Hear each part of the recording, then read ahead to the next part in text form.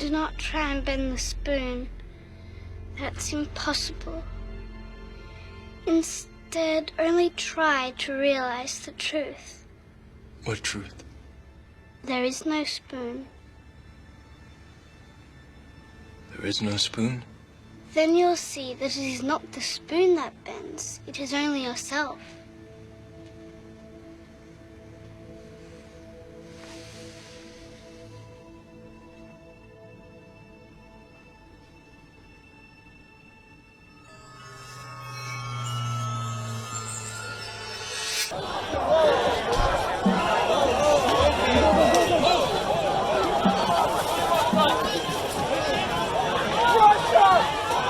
Out of the way!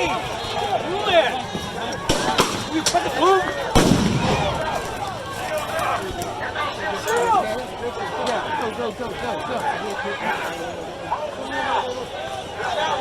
This is the Portland Police Bureau. To those near Ventura Park, this has been declared a riot. All persons must immediately leave the area by traveling to the east. Failure to adhere to this order may subject you to arrest, citation, or crime control. To tear gas and/or impact weapons. Leave the area immediately.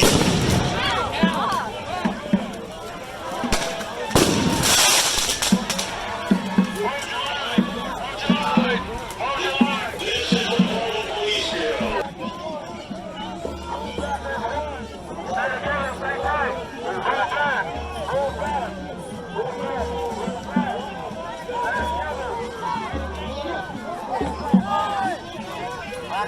This is the Portland Police Bureau. To those near the area of Ventura Park, this has been declared a riot. All persons must immediately leave the area by traveling to the east. Failure to adhere to this order will subject you to arrest, citation, or crowd control agents, including, but not limited to, tear gas and/or impact weapons. Leave the area immediately by traveling to the east.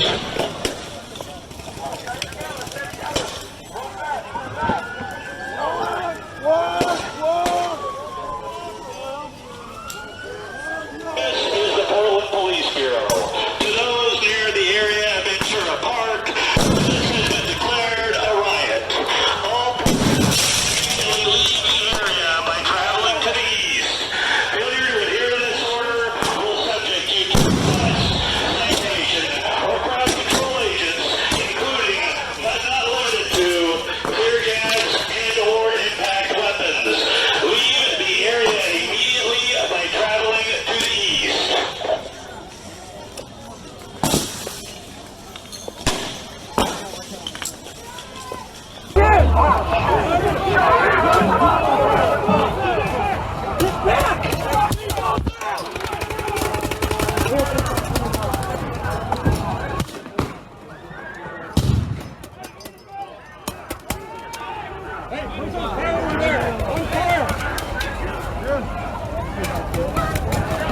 This is the Portland Police Bureau.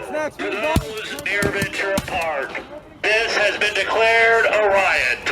All persons must immediately leave the area by traveling to the east. Failure to adhere to this order may subject you to arrest, citation, or crowd control agents, including, but not limited to, tear gas and/or impact weapons.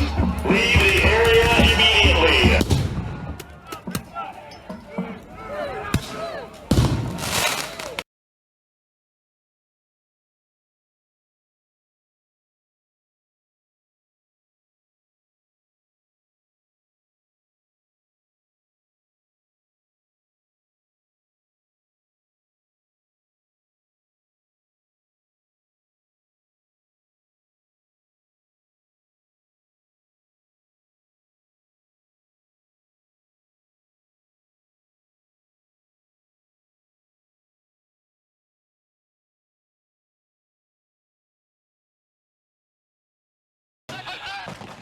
A Syrian Kurdish militia has driven out thousands of non-Kurdish civilians from areas they've captured from ISIL militants. That's the accusation from the rights watchdog Amnesty International, which says the actions amount to war crimes. In its report, the organisation says the displacements and house demolitions appear to have been in retaliation for residents suspected of supporting or having links with ISIL. Amnesty accuses the Kurdish People's Protection Units of razing entire villages. The YPG is a key ally of the US-led international coalition against the Islamist extremists. In 250, I was referring to 250 children that are not in the camp but in detention centers in the northeast of Syria. The detention centers are spread around the northeast, and we don't have the coordinates exactly of where those centers are.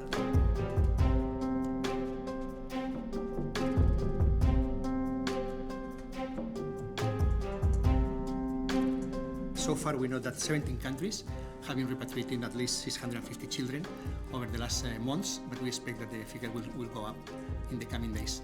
Every day is too late for not taking those kids out of the country.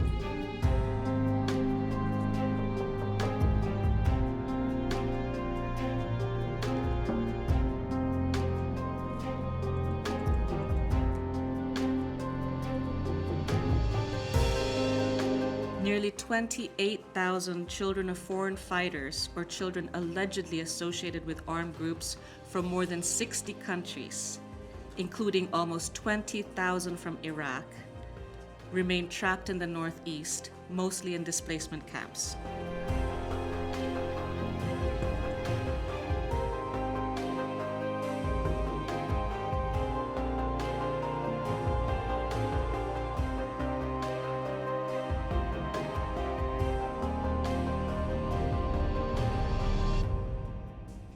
The US has seen the YPG as a key ally in its fight against Daesh in Syria since 2014. Yet within the State Department, this has been a point of contention as the YPG is aligned to the PKK, a group that the US views as a terrorist organization. Secretary Carter, have you ever heard of the PYD? I have, yes. Have you heard of the YPG? I have heard of them also. Who are they? Another Kurdish group. Aren't they the military wing of the PYD? They are, yes. Is that right, General Dunford? That is correct. They're a leftist Syrian Kurdish political party founded in 2003.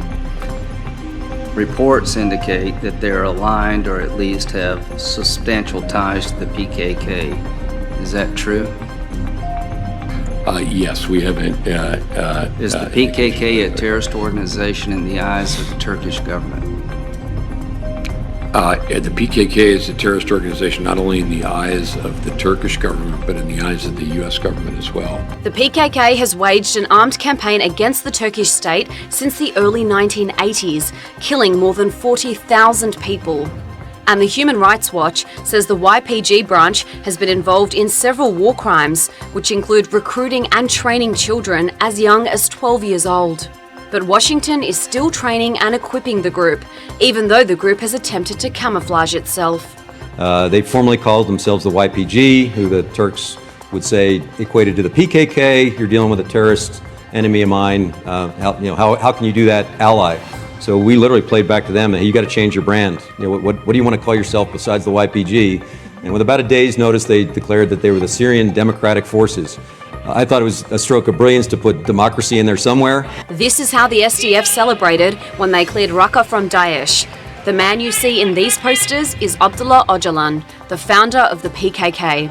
So while the SDF has been clearing Daesh from the region, they've also increased their own territory, which starts at the Iraqi border and stretches over to Turkey's borderline. Ankara says this is a problem because an establishment of a self-proclaimed autonomous region along its border could also act as a launchpad for further attacks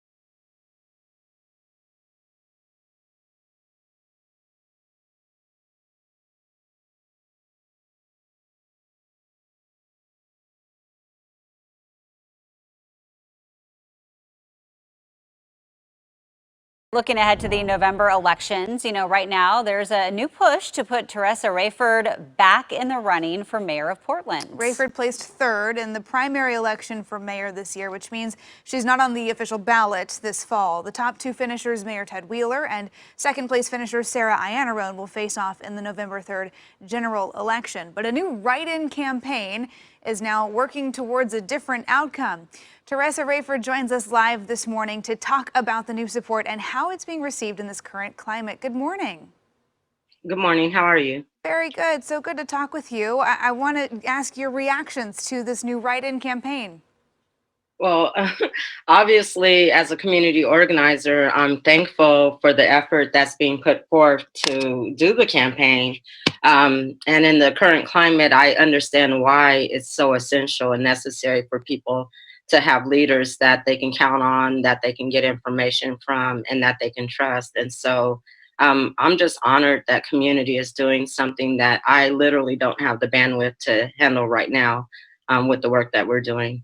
Yeah, well, and speaking of that, you are well known in the community and as the founder of Don't Shoot PDX. So what are your views on the nightly protests, both the ones that are, more peaceful and then the ones that we're seeing overnight near the Justice Center? I mean, you have to consider what peaceful is when we talk about the right to protest, the freedom of expression, the artistic expression of activists when they're standing up for their right to petition their government for redress. The violence that I see that comes in is what makes the protests less peaceful. And I see the violence coming from the police, obviously.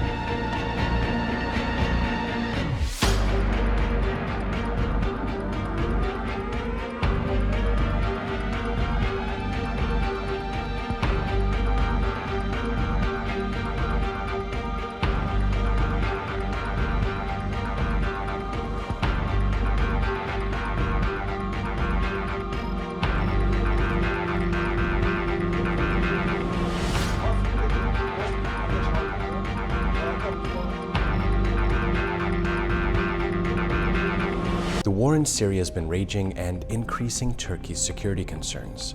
Its NATO ally, the United States, is currently providing training and equipment to around 30,000 SDF members right near Turkey's border with Syria. The SDF are made up mostly of fighters from the YPG, which is actually an armed wing of an internationally recognized terrorist group called the PKK, which has been in armed conflict with Turkey for more than 30 years. Even the US recognizes the PKK as a terror group. And at one point, the former US Secretary of Defense, Ashton Carter, had this to say about the YPG-PKK link. Secretary Carter, have you ever heard of the PYD? I have, yes. Have you heard of the YPG? I have heard of them also. Reports indicate that they're aligned or at least have substantial ties to the PKK. Is that true? Yes. The US says that they're just supporting a group of fighters against ISIS, also known as Daesh, but that's not the whole story. The SDF were fighting ISIS, but is the support still necessary?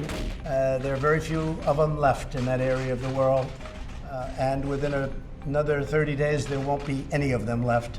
Why train 30,000 militants who are enemies of one of your strongest allies in the region right on their border to fight a group you say is nearly destroyed? Experts believe the US wants to use the SDF and YPG as a proxy against Iran and Russia, maintaining military bases to conduct its operations in the Middle East. But there's more. The US is also building observation posts along Turkey's border in what it claims will address Turkey's security concerns, but Turkey sees it differently. Yine Amerikan askerleri tarafından kurulan radar üsleri ve gözlem noktalarının hedefinin de ülkemizi teröristlerden değil, teröristleri Türkiye'den korumak olduğu aşikardır. The US is not alone in their support for the SDF and YPG. In YPG-controlled areas of Syria, Saudi Arabia is sending forces and establishing checkpoints to recruit militants, and the UAE is also sending forces to help. So now Turkey, trying to protect its border and security, is entering Syria once again to clear the area of YPG terrorists. Like all battles in Syria, it's complicated because it involves so many parties. To get beyond the impasse, allies need to work more effectively together.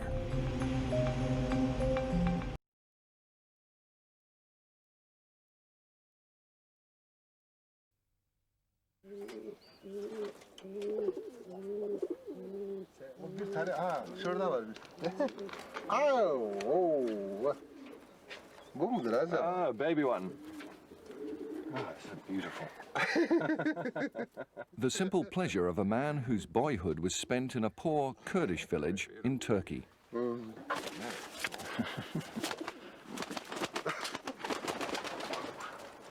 Today, Abdullah Öcalan is in exile. He is Turkey's most wanted terrorist. This is the sound of Morik. He is a child soldier, and there are said to be many more like him. There's an increasing number of reports the YPG is recruiting young boys and girls like these, younger than the age of 15. TRT gained access to a village in Afrin, recently liberated by the Turkish army, to speak to them.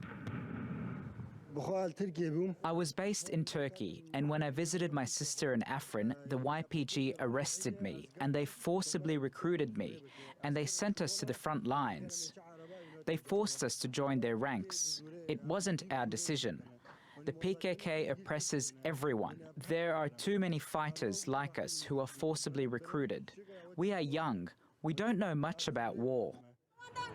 TRT has learned children here were forcibly removed from their homes and away from their families. The group has been criticized for using such illegal methods before. The YPG is the Syrian branch of the PKK, and according to Human Rights Watch, the PKK has been recruiting child soldiers in Iraq, and its Syrian offshoot now appears to be doing the same. Despite Turkey's dissent, the US continues its support for these groups in their fight in Syria. Of course, I can't say with 100% certainty anything. There's a war going on here, and it's the most complicated environment and situation I've been in my life. So could there be something going on? Maybe, sure, it's possible. But I'll tell you this, we don't train underage fighters, period.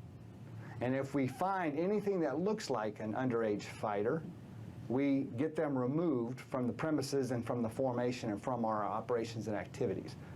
The YPG has been trying to change the region's demographics by forcibly removing people from their homes, something that could amount to war crimes. This 18-year-old says that's what happened to him. I am 18 years old. I'm from Sevilla village in Afrin. They ordered me to join them. I told them I'm the only breadwinner in my family after my father passed away. They refused to sympathize and forced me to join them instead.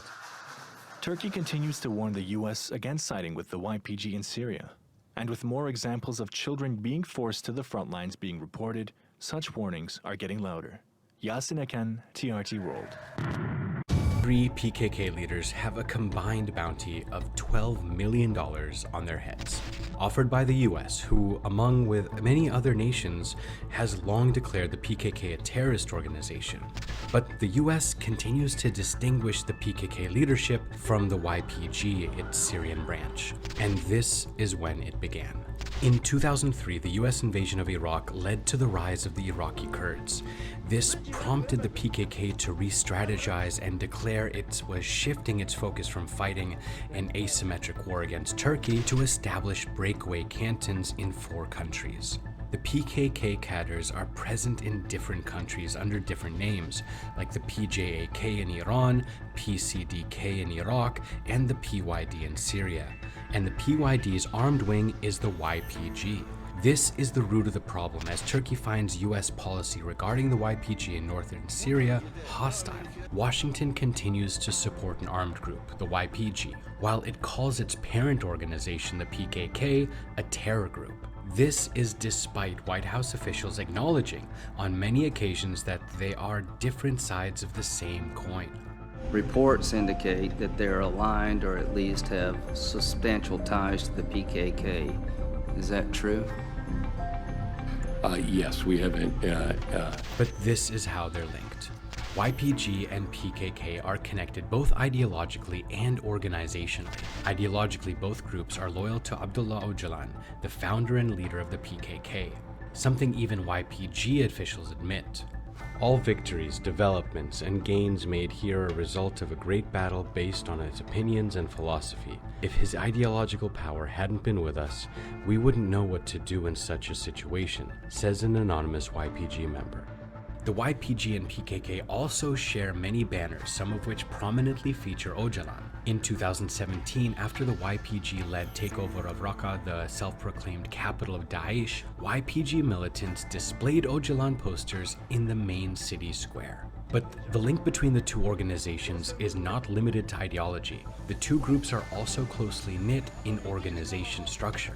YPG militants who came to Syria in 2012 received their training in PKK terror camps in Kandil Mountain. This base has been used by the terror organization since the 1990s. YPG and other PKK offshoots are run by the KCK, whose executive committee is limited to senior staff trained by the PKK in Kandil, and some of them currently live in Brussels. Terrorists in Kandil choose and communicate with YPG as to who leads the group. In a recent interview, Talat Silo, a former spokesman of the YPG rebranded faction Syrian Democratic Forces, said YPG takes direct orders from PKK. Take the case of Aldar Khalil, a PYD official who was previously a PKK commander. He held more decision-making powers than Saleh Muslim, the PYD co-chair who never even received training in Kandil. Relations between the US and Turkey have been recently thawing, but the YPG still remains a bone of contention between the two countries. So will the US continue to defend the YPG?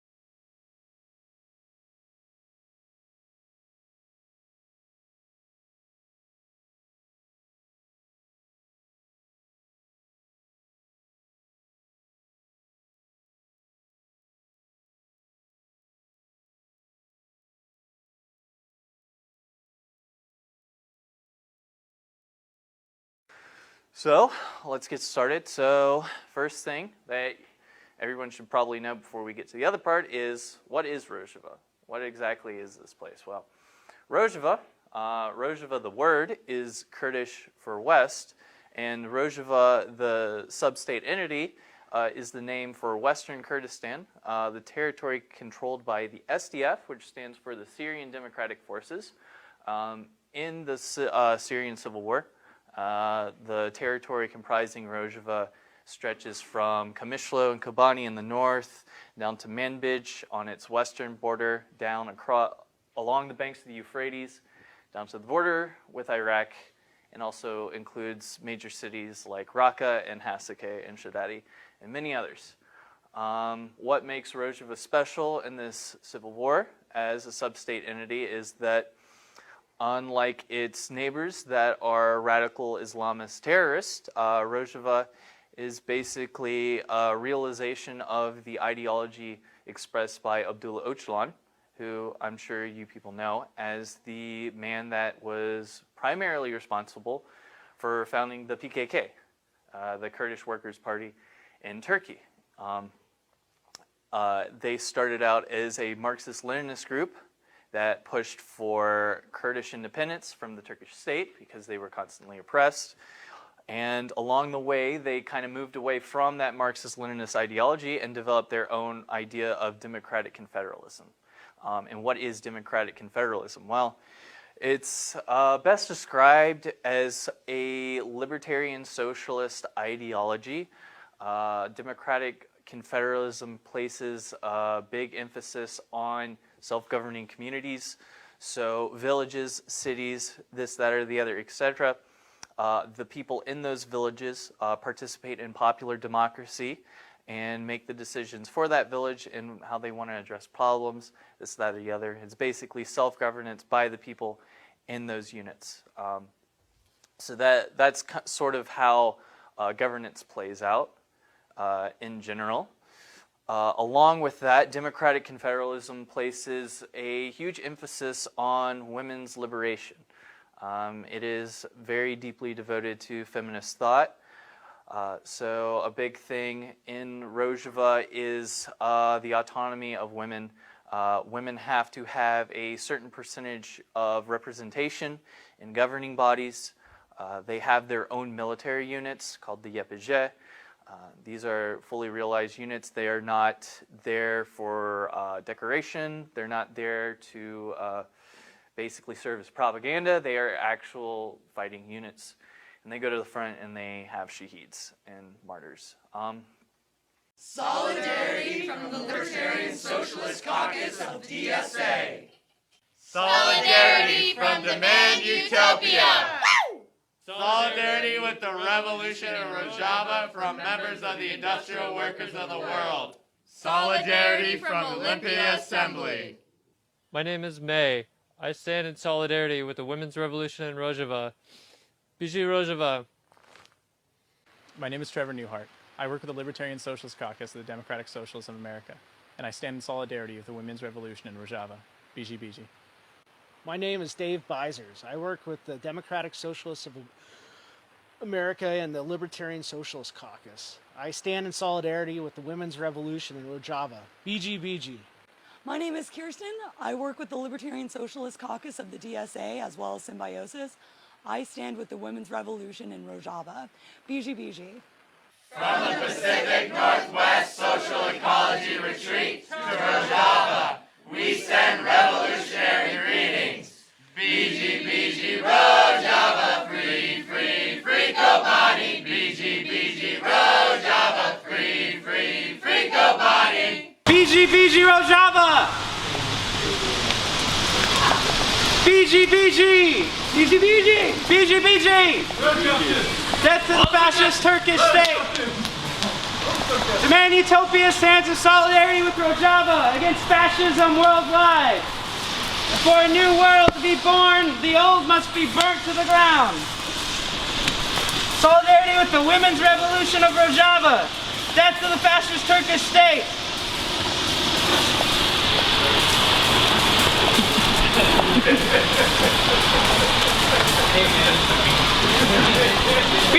BG Rojava! BG Rojava! BG Rojava! BG Rojava! Death to the fascist Turkish state! Death to the fascist Turkish state! For international revolution! Huzzah!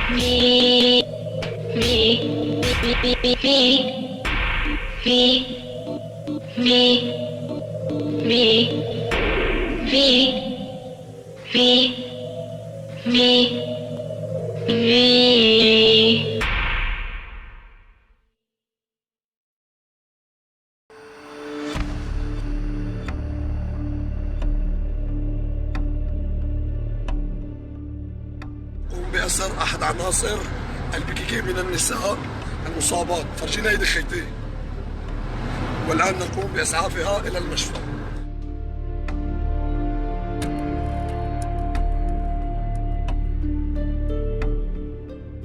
Operasyon yani baskın sırasında teslim oldum. Buraya getirdiler jandarmalarla.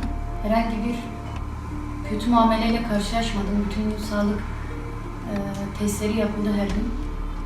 Herhangi bir sıkıntım yok.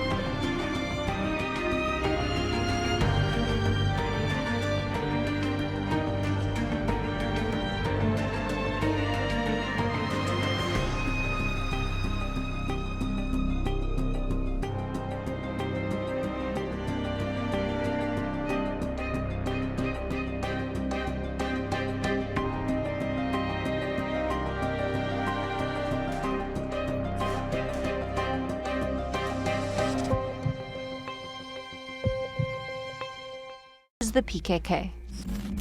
and it's listed as a terrorist organization by many countries around the world. To understand why, we need to go back to the 1970s. A group of students led by Abdullah Öcalan came together to set up a Marxist-Leninist region across southeast Turkey.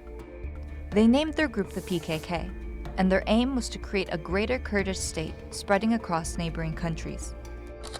At the time, Turkey was dealing with its own problems of the Cold War. There was escalating violence between left-wing and right-wing groups that eventually led to a military coup in 1980. A year before, Öcalan left to Syria, then later to Lebanon. Here, he established the PKK's first headquarters in the Bekaa Valley, with the support of the Syrian government. In 1984, the PKK began its armed guerrilla campaign against Turkey. It started attacking state officials and civilians across the country.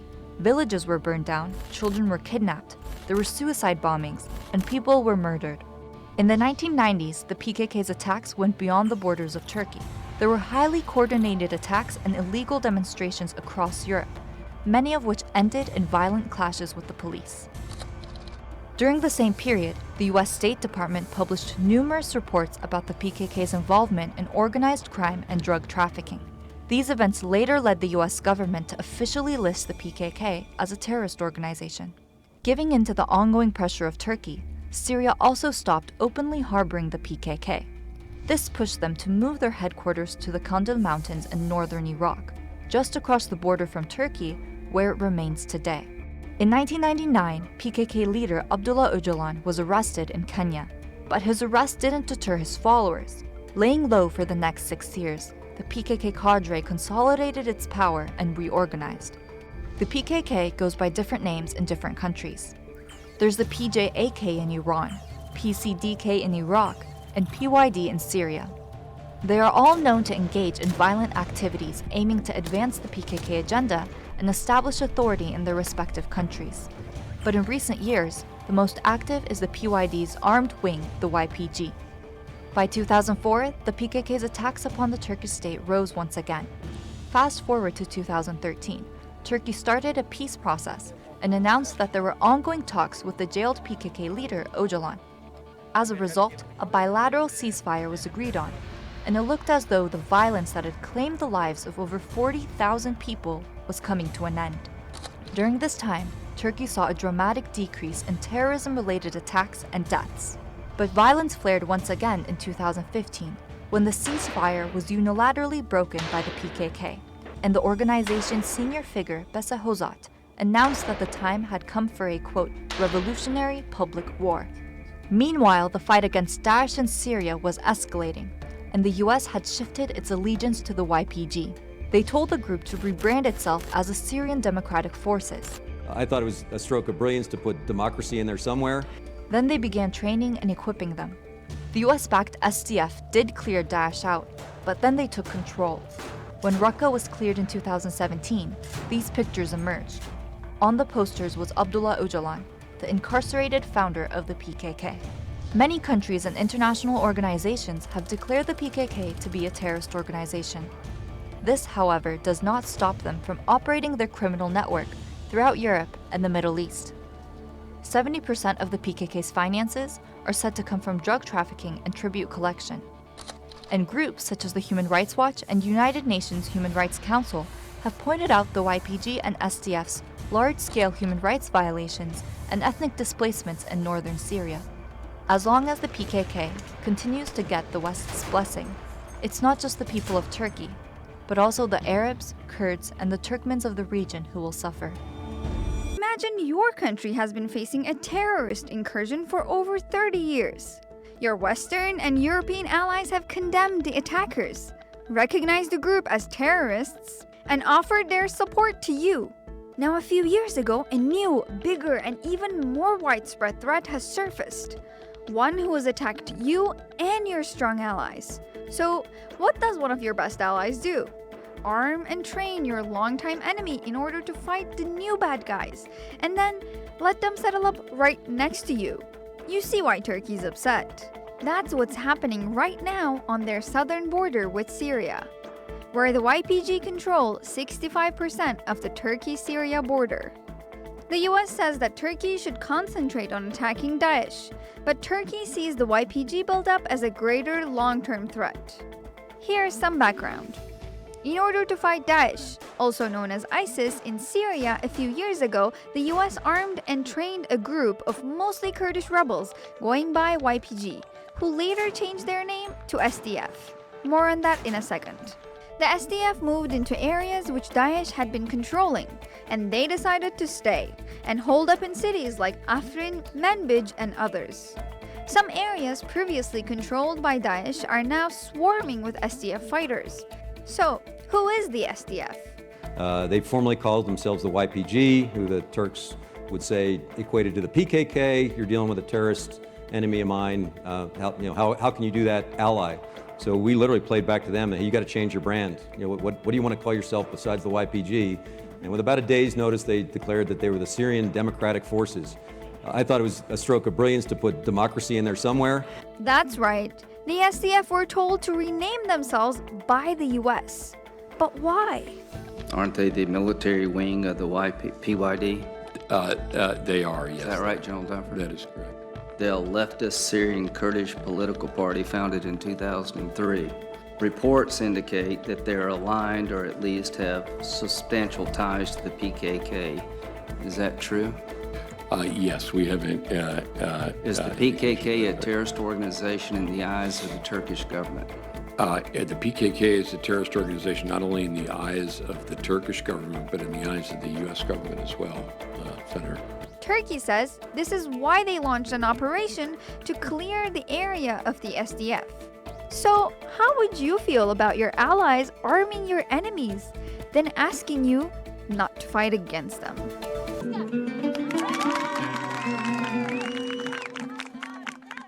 These are the women guerrillas of the PKK, or Kurdistan Workers' Party. Bir tek o şeydeki psikoloji düşmanın üzerine gitmeden ya da o senin üzerine geldiğinde yaşadığın psikoloji sadece ölmemek için öldürmek. America and Europe call them terrorists, but to many of the 20 million Kurds of the Middle East, they are freedom fighters.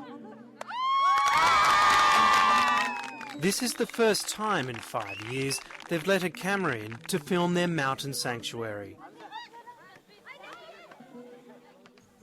The PKK is surrounded on all sides.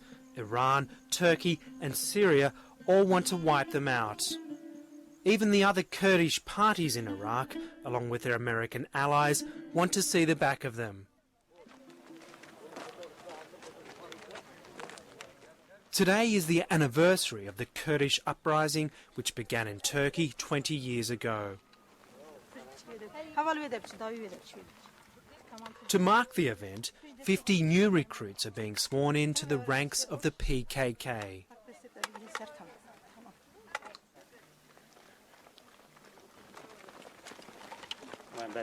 After 3 months of training, they're ready to take a pledge to the movement and their leader, Abdullah Öcalan, or Apo as they know him. لسر دروشمی لسر دروشمی آزادی بو سروکاپو آزادی بو سروکاپو آشتی بو کردستان آشتی بو کردستان گل خوم گل خوم شهید خوم شهید خوم آلای خوم آلای خوم خاک خوم خاک خوم و شرف خوم و شرف خوم سوند خوم سوند خوم سوند خوم سوند خوم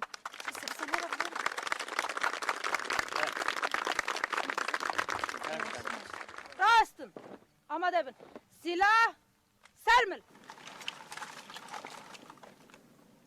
The new recruits are learning the martyr's salute. During the 1980s and 1990s, the PKK was involved in a bloody struggle for Kurdish liberation inside Turkey. 30,000 people lost their lives. The campaign ended in 1999 with the capture of their leader, Abdullah Öcalan. From his prison cell in Turkey, he declared a unilateral ceasefire and directed his fighters to retreat from Turkey to these positions in Iraq. But last June, the PKK announced the ceasefire over. It might not be long before these recruits face death. em hemû şehîdê xwe bi minnet bîrtînin hem berê bîranîna wan em bêjna xwe tewînin.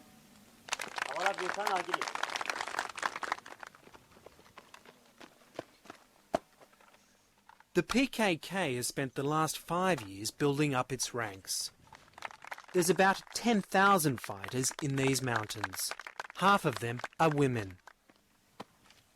Unlike most of the Middle East, there is absolute equality between the sexes here. Yardım edecek kimse yok etrafında. İstediğin kadar şey yap zaten. Bağır, çağır, itiraz et. Önünü alacak kimse yok. Onların ortamındasın. Seni kurtaracak kimse yok. In an exclusive interview with TRT World, a former member of the YPG PKK recounts the abuse she faced at the hands of the terror group she joined as a teenager. Kendi isteğiyle giden kendi isteğiyle de gelir diyorlardı misal. Öyle çıkmadı yani. Kendi isteğiyle döneni ben görmedim, yok. Gerçekten şansın yaver giderse bir yolunu bularsın, kendini kurtarabilirsen kurtarabileceğin yönler çıkıyor. Ben de o şanslardan biriyim. FY, who was born in Diyarbakır, joined the YPG PKK terror group in 2013. She says she was influenced by the propaganda of female fighters.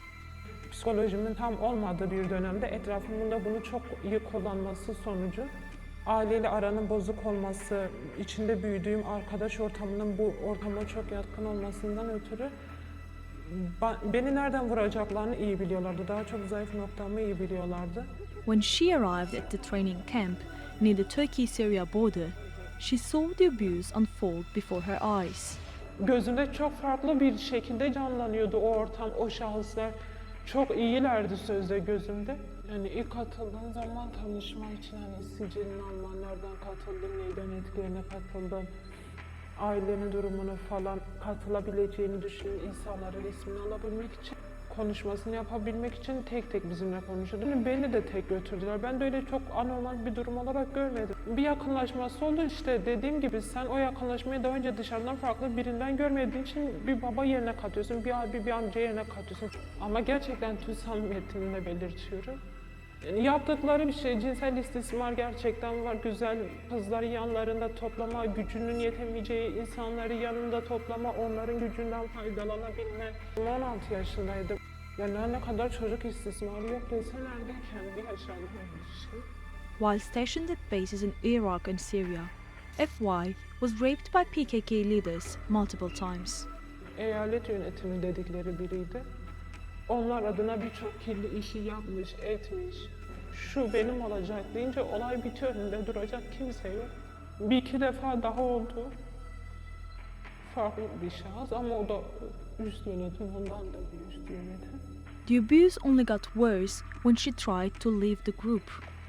Bu durumu söylemeyeyim diye içlerinde bir tutukluk süreci yaşadım 9 ay gibi. Yani belirli gördüğün 3-4 yüz var ki orada da devam ettikleri bir durum var.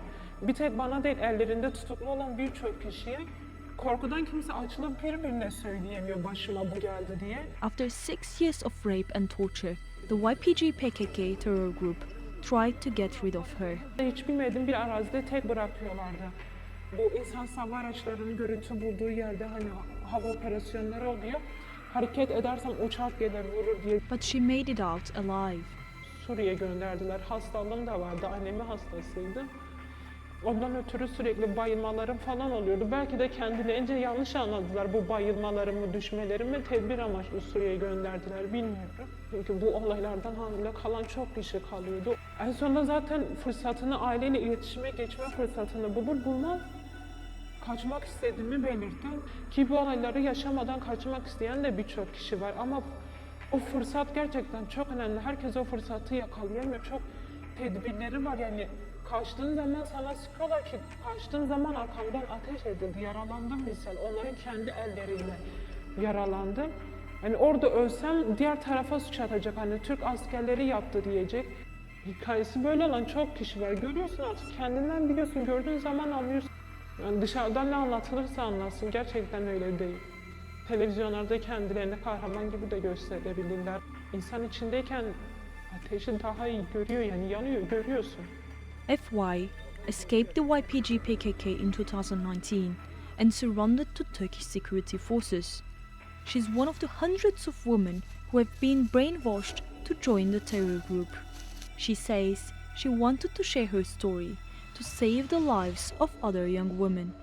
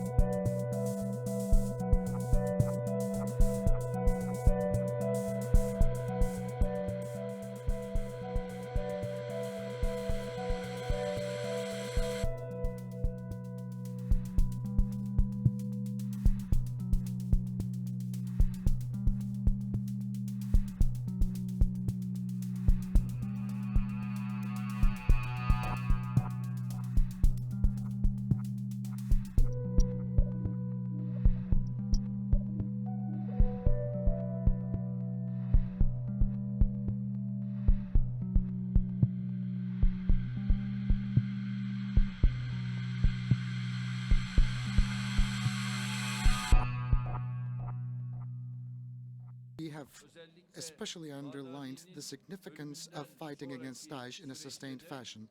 And with the Operation Peace Spring initiated on October the 9th, Turkey took another step forward in fighting terrorism in a very resolute fashion. Our country, with this operation, blew a very significant impact upon the separatist agenda of terrorist organizations such as PKK and YPG in Syria. Spring aims to clear YPG, PKK and Daesh terror groups from areas along its borders and create a peace corridor in northern Syria. The safe zone will allow Syrian refugees who have been displaced by the conflict to return home. Turkish President Erdogan has laid out a two-staged plan. The first stage is to take control of the area between Ras Al Ain and Tel Abyad, which divides the terror corridor into two. The second stage is to complete the operation by liberating Al-Hasaka in the east and Ain al-Arab in the west.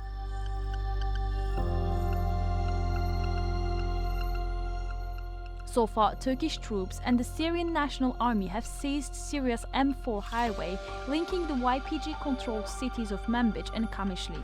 Two border towns, Tel Abyad and Ras Al Ain, have been cleared of terrorists.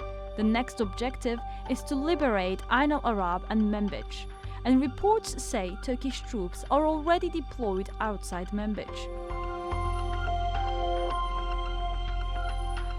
The YPG was abandoned by the US and has been seeking new partners to fight against Turkish forces in the Syrian National Army.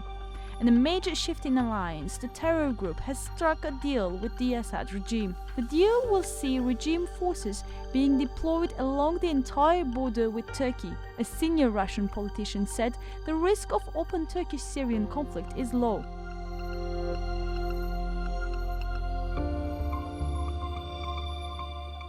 The US said on Sunday it will withdraw its remaining 1,000 troops from the northern Syria, whereas Trump tweeted this Monday,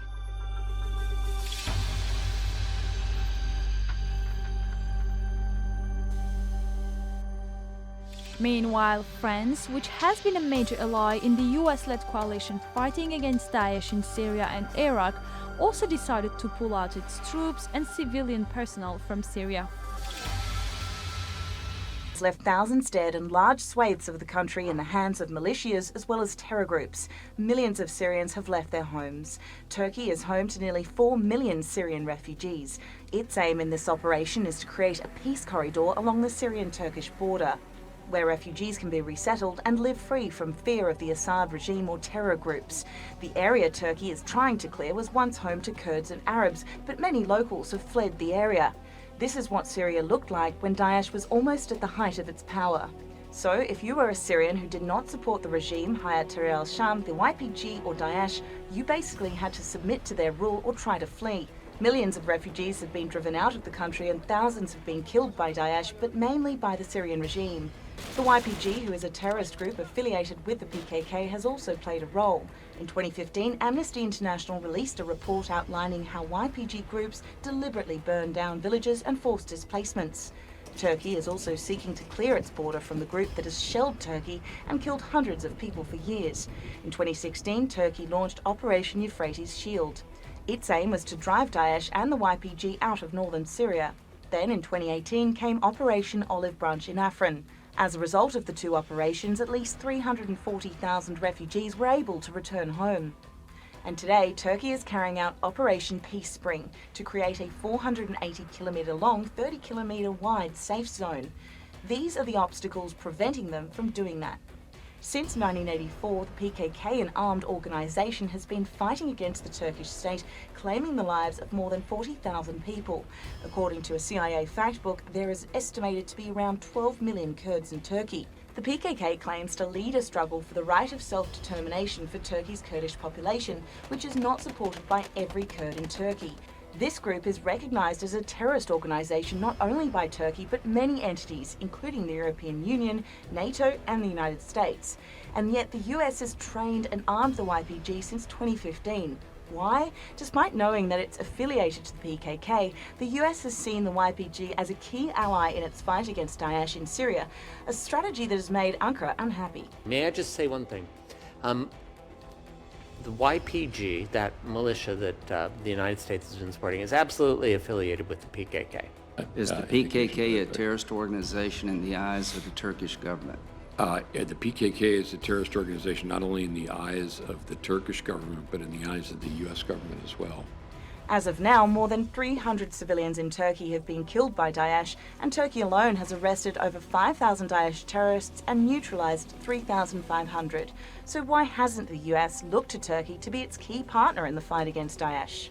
We are witnessing a terrorist organization trying to legitimize a terrorist organization at the expense of destroying it with another terrorist organization. You can never defeat a terrorist organization with another terrorist organization. Instead, the US support of the YPG has emboldened the terror group, claiming to represent Kurdish interests. Yet many Kurds, if not the vast majority of them, oppose the YPG and the PKK. But that's not all. The US intentionally attempted to hoodwink the international community by asking the YPG to masquerade as a peace-loving democratic entity. They formally called themselves the YPG, who the Turks would say equated to the PKK. You're dealing with a terrorist enemy of mine. How can you do that, ally? So we literally played back to them, hey, you got to change your brand. What do you want to call yourself besides the YPG? And with about a day's notice, they declared that they were the Syrian Democratic Forces. I thought it was a stroke of brilliance to put democracy in there somewhere. In 2019, UN Secretary General Antonio Guterres said the YPG recruited 313 children and used many schools for military purposes. And that's not all.